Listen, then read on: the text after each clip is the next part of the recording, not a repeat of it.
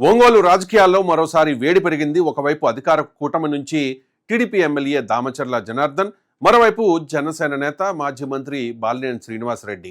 ఇద్దరి మధ్య మాటల యుద్ధం ఇప్పుడు వ్యక్తిగత విమర్శల స్థాయిని దాటి పోలీసు వ్యవస్థ, భూ వివాదాలు, మద్యం, ఇసుక, గ్రావెల్, రేషన్ బియ్యం, డ్వాక్రా రుణాలు, మున్సిపల్ అవినీతి వంటి అనేక అంశాలను చుట్టుముడుతోంది. బాలినేని చేసిన ఆరోపణలు ఒక్కొక్కటిగా పరిశీలిస్తే ముఖ్యంగా పోలీస్ స్టేషన్ అడ్డాగా సెటిల్మెంట్లు జరుగుతూ ఉన్నాయన్న ఆరోపణ ఇప్పుడు ఈ మొత్తం వివాదానికి కేంద్ర బిందువుగా మారిపోయింది. బాలినేని శ్రీనివాసరెడ్డి చేసిన ప్రధాన ఆరోపణ ఏంటంటే, ఎమ్మెల్యే దామచర్ల జనార్దన్ పోలీసుల్ని అడ్డం పెట్టుకుని తన రాజకీయ ప్రత్యర్థుల్ని, తన అనుచరుల్ని ఇబ్బందులకు గురిచేస్తూ ఉన్నారని అంటూ ఉన్నారు. పోలీస్ స్టేషన్లను వివాద పరిష్కార కేంద్రాలుగా ఉపయోగించుకుంటూ ఉన్నారని బాలినేని ఆరోపించారు. సాధారణంగా భూ వివాదాలు, ఆస్తి వివాదాలు, వ్యక్తిగత గొడవలు చట్టపరమైన ప్రక్రియ ద్వారా పరిష్కారం కావాల్సి ఉంటుంది. అయితే పోలీస్ స్టేషన్లోనే ఒకరిని పిలిపించి మరోవైపు ఒత్తిడి చేసి చివరకు అగ్రిమెంట్ లేదంటే రాజీ చేయించారన్న ఆరోపణ వస్తే అది పోలీసు వ్యవస్థ పనితీరుపై కూడా ప్రశ్నలను లేవనెత్తుతోంది. ఇక్కడ మరో కీలక అంశం సిఐ విజయ కృష్ణ పోస్టింగ్. అవినీతి ఆరోపణల నేపథ్యంలో సిఐని వీఆర్కు పంపించారని బాలినేని చెబుతూ ఉన్నారు. అయితే వారం తిరగకుండానే తిరిగి అదే ప్రాంతానికి పోస్టింగ్ రావడంపై బాలినేని తీవ్ర అభ్యంతరం వ్యక్తం చేశారు. భూ కబ్జాలు, సెటిల్మెంట్ల కోసం సిఐను తిరిగి తీసుకొచ్చారు అన్నది బాలినేని శ్రీనివాసరెడ్డి ఆరోపణ. అంతేకాదు, వీఆర్కు వెళ్లే సమయంలో సిఐ విజయ్ కృష్ణ తనను తిరిగి ఎమ్మెల్యే దామచర్ల జనార్దన్ తీసుకొస్తారని చెప్పినట్టు బాలినేని సంచలన ఆరోపణలు చేస్తున్నారు. ఇక రేషన్ బియ్యం వ్యవహారంపై బాలినేని చేసిన ఆరోపణ మరింత సంచలనంగా ఉంది. నియోజకవర్గంలో రేషన్ బియ్యం మాఫియా నుంచి ఎమ్మెల్యేకు నెలకు 25 లక్షలు వసూళ్లు అందుతూ ఉన్నాయని బాలినేని ప్రశ్నించారు. అలాగే ఇసుక, గ్రావెల్, మద్యం వ్యాపారాల్లో కూడా ఎమ్మెల్యేకు వాటాలు ఉన్నాయని బాలినేని ఆరోపిస్తూ ఉన్నారు. డ్వాక్రా రుణాల అంశాన్ని కూడా బాలినేని తెరపైకి తీసుకొచ్చారు. ఎమ్మెల్యే ఇంటిని కేంద్రంగా చేసుకుని డ్వాక్రా రుణాల్లో అక్రమాలు జరిగాయని ఆరోపించారు. దీనిపై విచారణ జరిగిందని, ఆ విచారణలో ఏం తేలిందో ప్రభుత్వం ప్రజలకు చెప్పాలని డిమాండ్ చేశారు. మున్సిపాలిటీలో 8 కోట్ల రూపాయల అవినీతి జరిగిందని, అధికారులు సస్పెండ్ అయ్యారని బాలినేని మరో ఆరోపణ చేశారు. మద్యం వ్యాపారంపై కూడా బాలినేని నేరుగా ప్రశ్నలు సంధించారు. ఒంగోలులో ఉన్న మద్యం దుకాణాలు ఎమ్మెల్యేకు సంబంధించినవేనా అని ప్రశ్నించారు. రాజుపాలెంలో ఎన్ని రొయ్యల చెరువులు ఉన్నాయో చెప్పాలని డిమాండ్ చేశారు.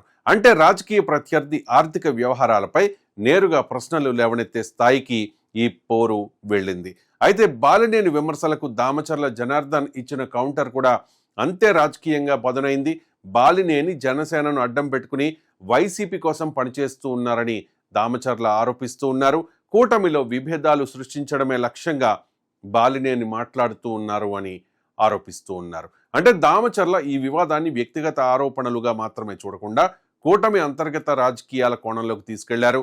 దామచర్ల తనపై గత వైసీపీ ప్రభుత్వంలో 79 అక్రమ కేసులు పెట్టారని ఆరోపించారు. జనసేనలోకి వెళ్లకపోతే బాలినేని చేసిన తప్పులకు జైలుకు వెళ్లేవారని తీవ్ర వ్యాఖ్యలు చేశారు. బాలినేని కుటుంబంపై కూడా దామచర్ల తీవ్ర ఆరోపణలు చేశారు.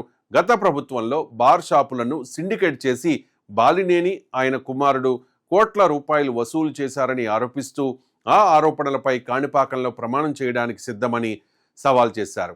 అంటే ఒకరిపై ఒకరు చేస్తోన్న ఆరోపణలు ఇప్పుడు రాజకీయ విమర్శల నుంచి వ్యక్తిగత ప్రతిష్టను సవాల్ చేసే స్థాయికి చేరుకున్నాయి. ఈ మొత్తం వ్యవహారంలో అత్యంత ఆసక్తికరమైన అంశం ఏంటంటే, బాలినేని ఇప్పుడు ఒంగోలులోనే ఎక్కువ సమయం ఉండాలని నిర్ణయించుకోవడం.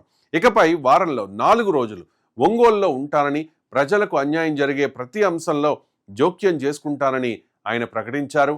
అంటే ఒంగోలు రాజకీయాల్లో ప్రత్యక్ష పోరాటానికి బాలినేని సిద్ధమవుతోన్న సంకేతాలు స్పష్టంగా కనిపిస్తూ ఉన్నాయి. ఇక దామచర్లకు కూడా తనదైన రాజకీయ బలం ఉంది. టీడీపీ తరపున ఎమ్మెల్యేగా ఉన్న ఆయన అధికార కూటమిలో కీలక స్థానంలో ఉన్నారు.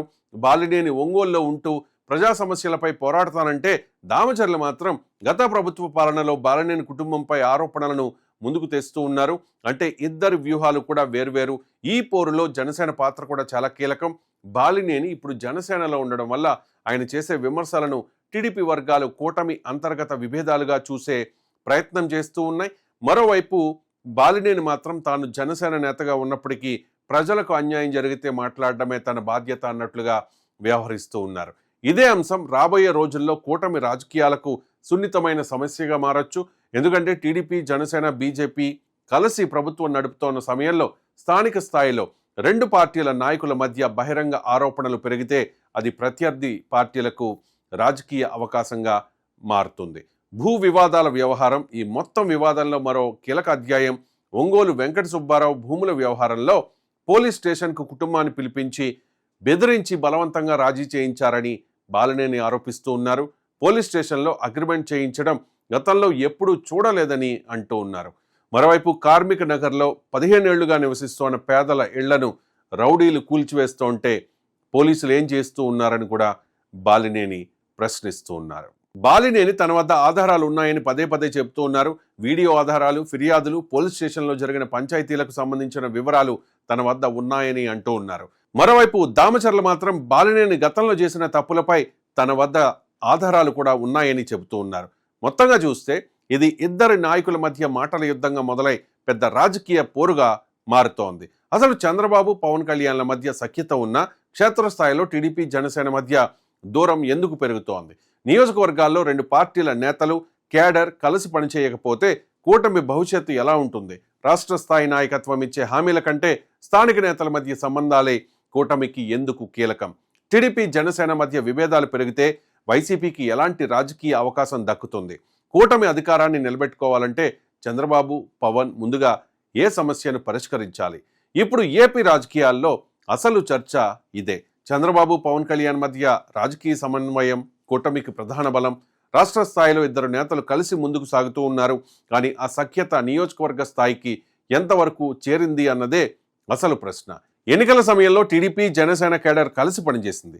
అధికారంలోకి వచ్చిన తర్వాత కూడా అదే సమన్వయం కొనసాగాల్సి ఉంది. కానీ స్థానికంగా ఎవరి ఆధిపత్యం ఉండాలి, ఎవరి మాటకు ప్రాధాన్యం ఇవ్వాలి అన్న అంశాల్లో విభేదాలు వస్తే పరిస్థితి మారుతుంది. నాయకుల మధ్య వ్యక్తిగత విభేదాలు ఒక్కోసారి చర్చలతో పరిష్కరించవచ్చు. కానీ కేడర్ మధ్య ఘర్షణలు మొదలైతే సమస్య మరింత తీవ్రమవుతుంది. ఒకరి కార్యక్రమాలకు మరొకరు దూరంగా ఉండడం, స్థానిక నిర్ణయాల్లో భాగస్వామ్య పార్టీని పట్టించుకోకపోవడం క్రమంగా రాజకీయ దూరాన్ని పెంచుతుంది. ఇలాంటి పరిస్థితులు కూటమికి పెద్ద సమస్యగా మారొచ్చు. ఒక నియోజకవర్గంలో టీడీపీ నేత జనసేన నేతను బలహీనపరచాలని చూస్తే మరో నియోజకవర్గంలో జనసేన నేత టీడీపీ నేతపై అసంతృప్తితో ఉంటే రాష్ట్ర స్థాయి సమన్వయం ప్రభావం కోల్పోతుంది. అదే సమయంలో వైసీపీకి ఇదే పెద్ద రాజకీయ అవకాశం అవుతుంది. కూటమిలోని రెండు పార్టీల మధ్య చిన్న చిన్న విభేదాలను కూడా వైసీపీ తన రాజకీయ ప్రచారంలో పెద్ద అంశాలుగా మార్చుకోవచ్చు. స్థానిక అసంతృప్తుల్ని ఒకచోట చేర్చి కూటమి ఐక్యతపై ప్రశ్నలు లేవనెత్తవచ్చు. అధికారంలో ఉన్న కూటమికి ప్రజల్లో మంచి పేరు రావాలంటే అభివృద్ధి పనులతో పాటు రాజకీయ స్థిరత్వం కూడా కనిపించాలి. టీడీపీ, జనసేన నేతలే పరస్పరం ఆరోపణలు చేసుకుంటే ప్రజల్లో కూటమి బలంపై అనుమానాలు మొదలయ్యే అవకాశం ఉంటుంది. అందుకే చంద్రబాబు, పవన్ కళ్యాణ్ సఖ్యత ఒక్కటే సరిపోదు.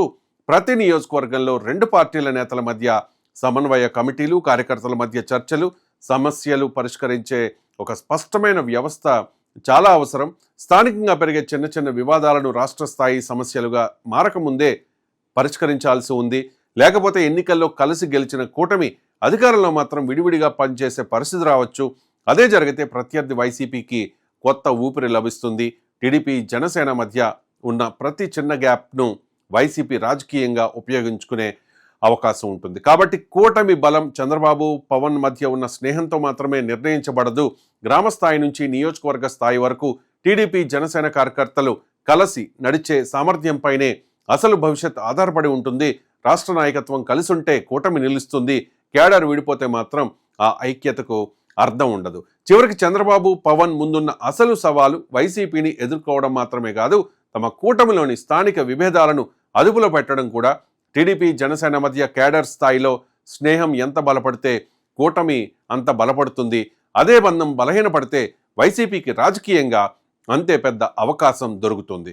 మరి బాలినేని, దామచర్ల తరహా పరిస్థితుల్ని పరిష్కరిస్తారా లేదా అన్నది చూడాల్సిన అంశం.